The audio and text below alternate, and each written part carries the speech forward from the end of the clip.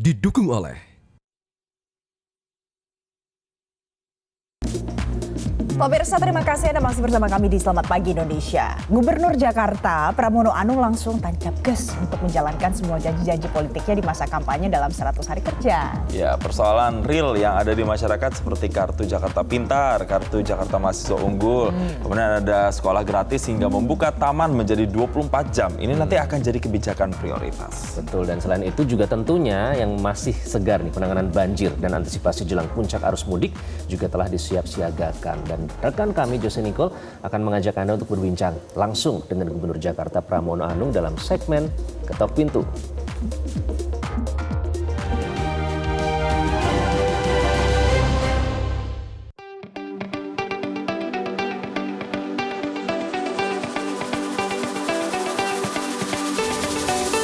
Halo pemirsa Selamat Pagi Indonesia, bagaimana kabar Anda hari ini? Senang sekali segmen Ketok Pintu bisa kembali hadir, kali ini bersama saya Jose Nicole.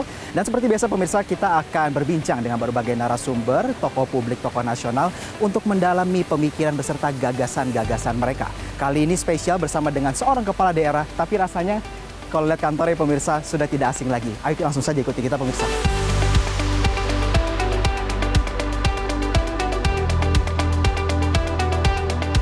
Ayo ikut kami pemirsa. Ini ruang kerjanya, langsung saja kita ketok pintu terlebih dahulu.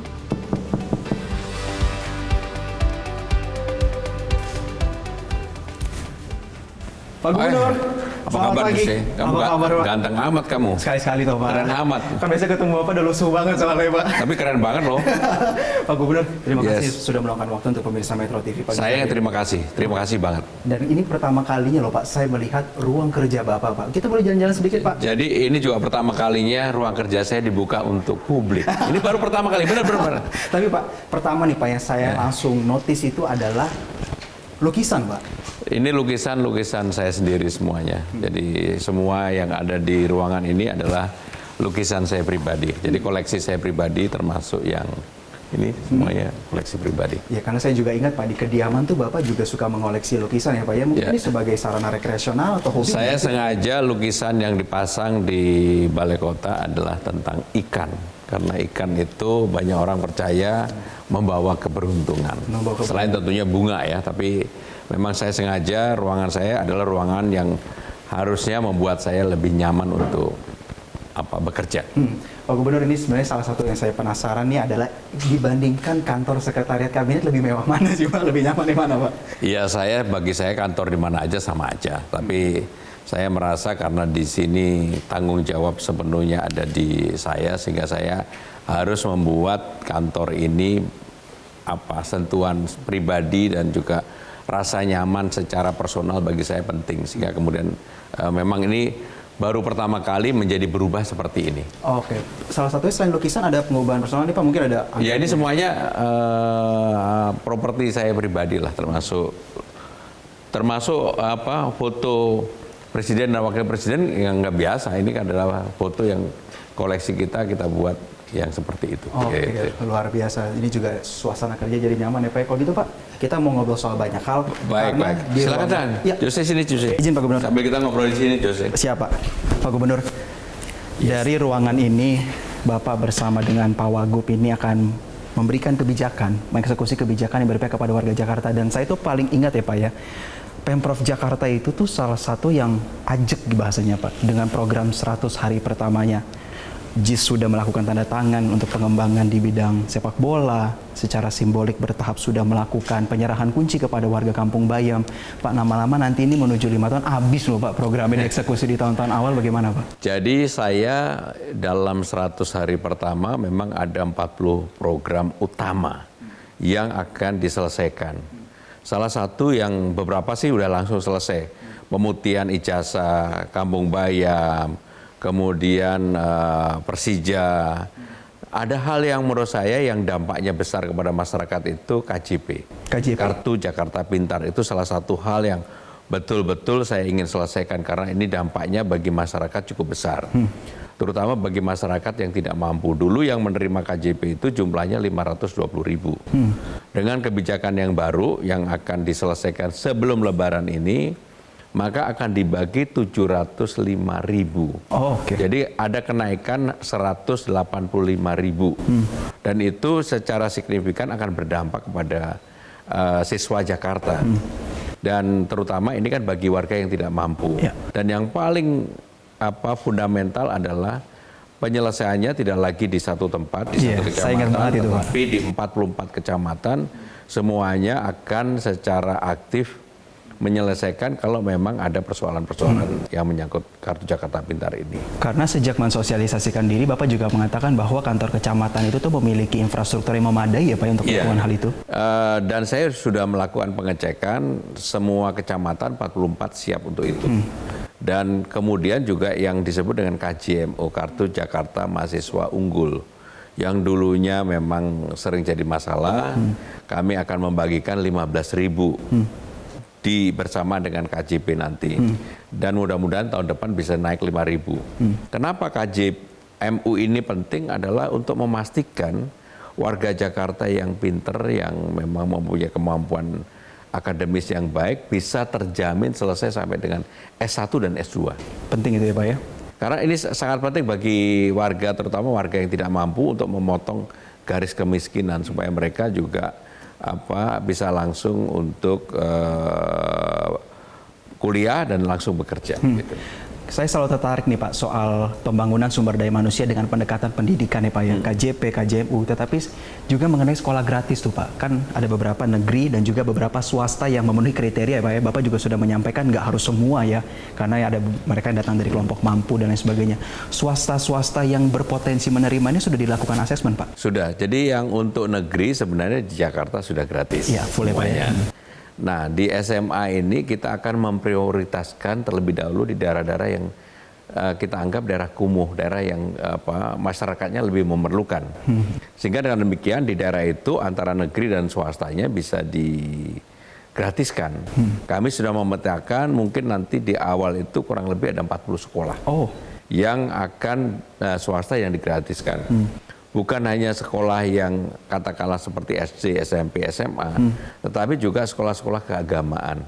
Semua agama, bukan hanya Islam. Ya. Semua agama. Semua agama. Karena bagi saya ini penting supaya masyarakat kan tidak semua mempunyai kemampuan untuk sekolah tetapi di sekolah swasta ini pun banyak juga sekolah-sekolah yang menyangkut keagamaan. Sehingga ada turun tangan pemerintah untuk menyelesaikan persoalan-persoalan itu, dan secara konkret itu akan kami lakukan. Pak, di sisi lain kan juga sempat menginisiasikan sebuah bentuk pengembangan sumber daya manusia tapi dari aspek pangan Pak, sarapan bergizi gratis Pak. Mungkin boleh diceritakan bagaimana komunikasi dengan pemerintah pusat Pak? Jadi beberapa hari yang lalu saya kedatangan Kepala Badan Gizi. Ya.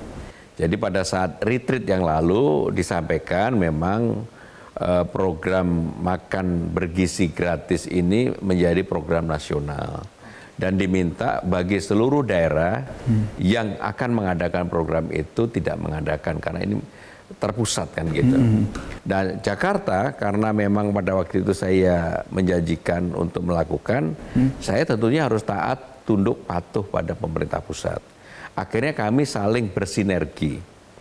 Maka apa yang menjadi kekurangan pemerintah pusat untuk menyiapkan infrastruktur, untuk menyiapkan makan bergizi gratis, kami yang menyiapkan.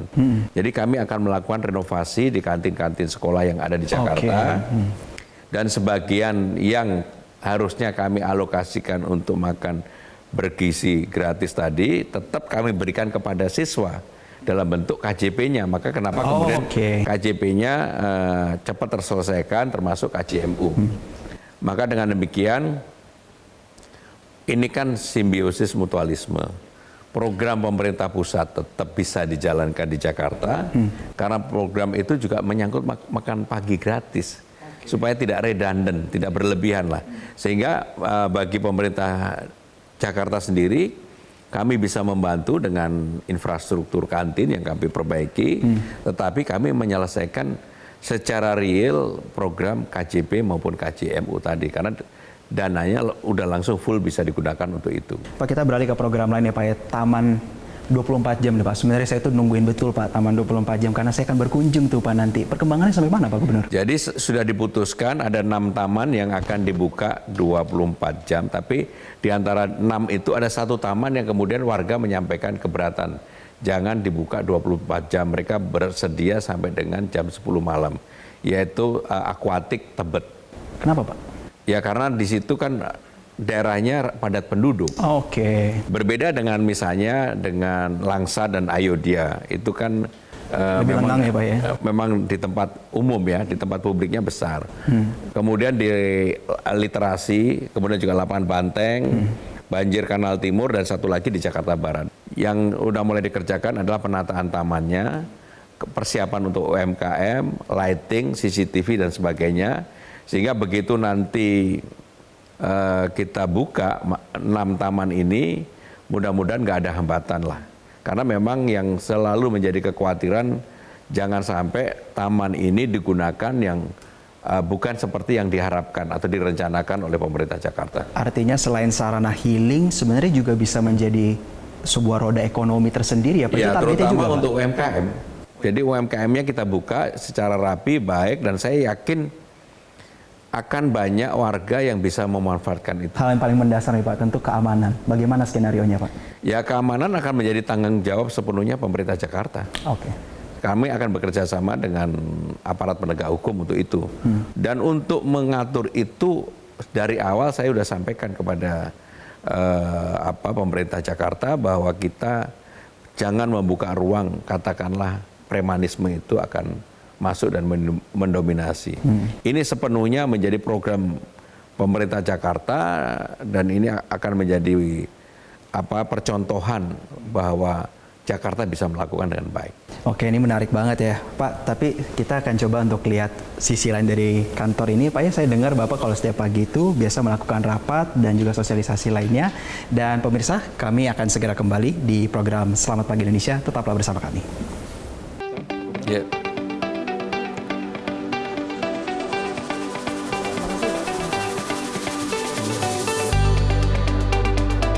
Pemirsa, kembali lagi bersama kami di program Selamat Pagi Indonesia di segmen Ketok Pintu bersama dengan Gubernur Jakarta Pramono Anung. Pak Pram, kita sudah berada di ruang rapat nih Pak ya.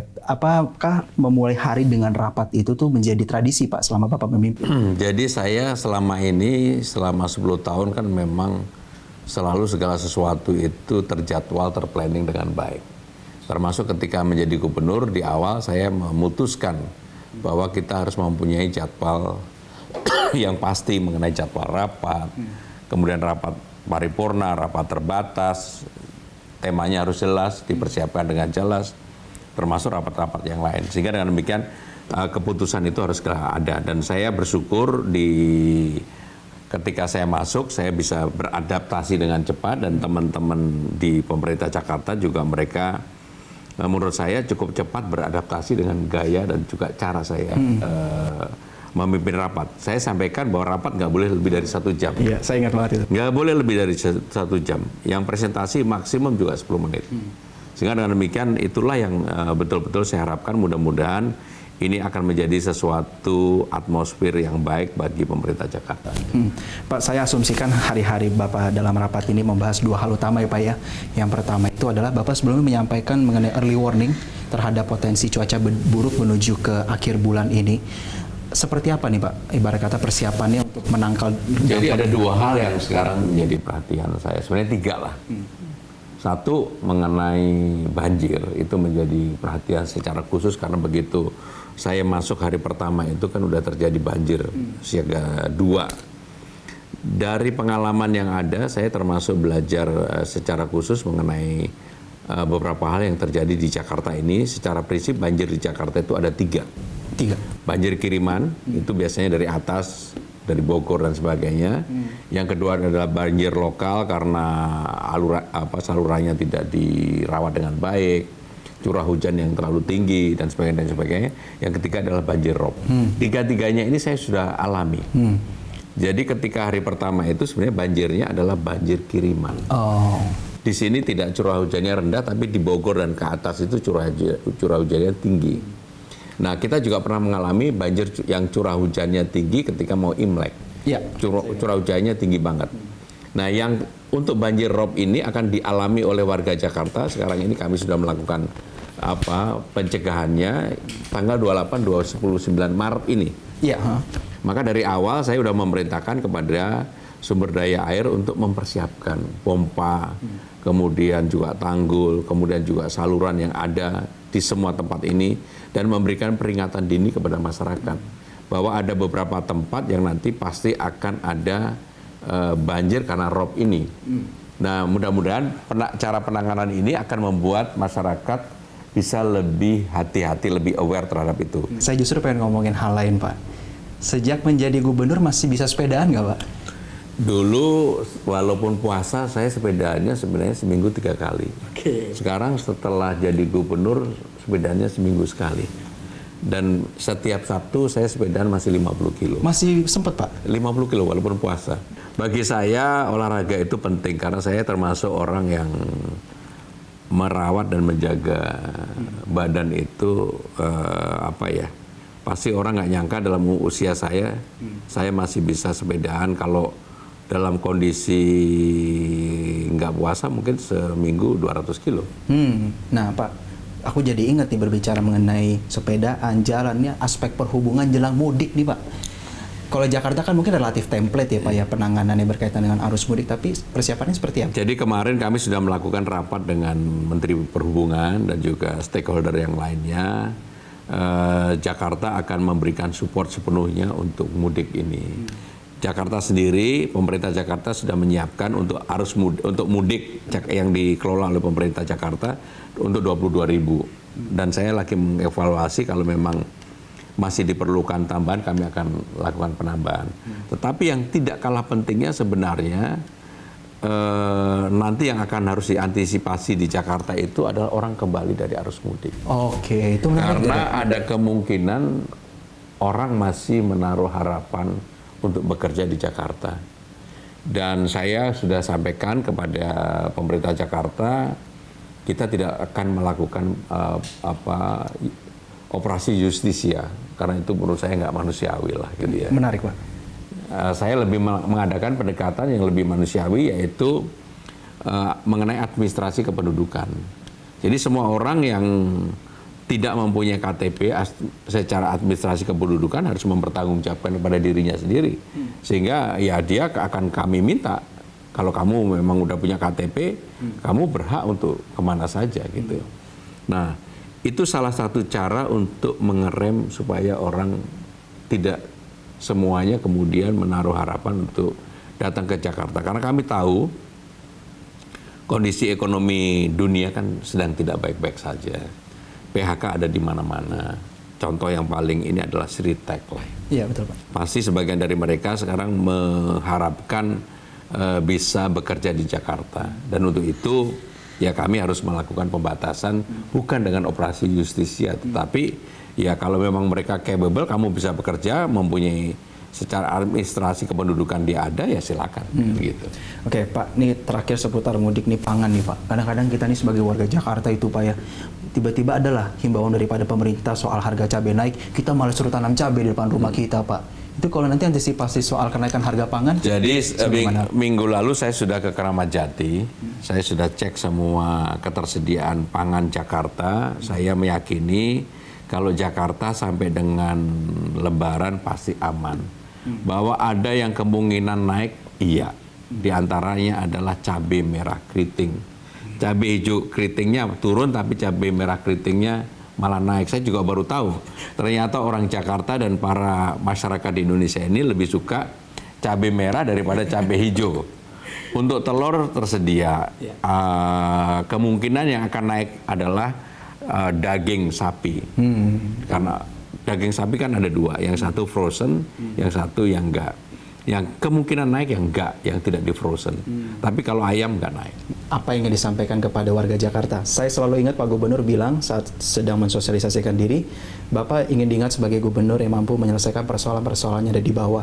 Ingin diingat sebagai gubernur yang berani mengambil keputusan. Apa yang ingin disampaikan kepada warga Jakarta, Pak?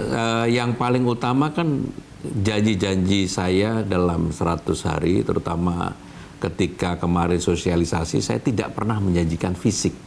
Bangun ini, bangun itu, nggak pernah sama sekali. Yang saya janjikan adalah bagaimana memperbaiki kehidupan masyarakat secara real. KJP, KJMU, memutihkan ijazah, meningkatkan operasional untuk RT RW, dan mudah-mudahan semuanya akan bisa saya penuhi segera karena dilihat dari anggaran terus terang Jakarta mampu untuk itu. Dan tentunya kami berharap Bapak 5 tahun ke depan akan menuntaskan janji-janji itu supaya warga Jakarta bisa menjadi warga lebih Yang sejahtera. paling penting adalah saya sungguh-sungguh bukan hanya di warga Jakarta, tapi di internal saya pun saya selalu dalam sambutan saya mengatakan bahwa bekerja sama saya harus bahagia. Bekerja dengan Bapak harus bahagia. Harus bahagia. Baik, Gubernur Jakarta Pak Pramono Anung, Pak. Terima Makasih, kasih atas waktu makasih, wawancaranya makasih, bersama makasih, Selamat Pagi Yusuf. Indonesia. Dan pemirsa, itu tadi wawancara kami bersama dengan Gubernur Jakarta Pramono Anung. Tetaplah bersama kami di program Selamat Pagi Indonesia.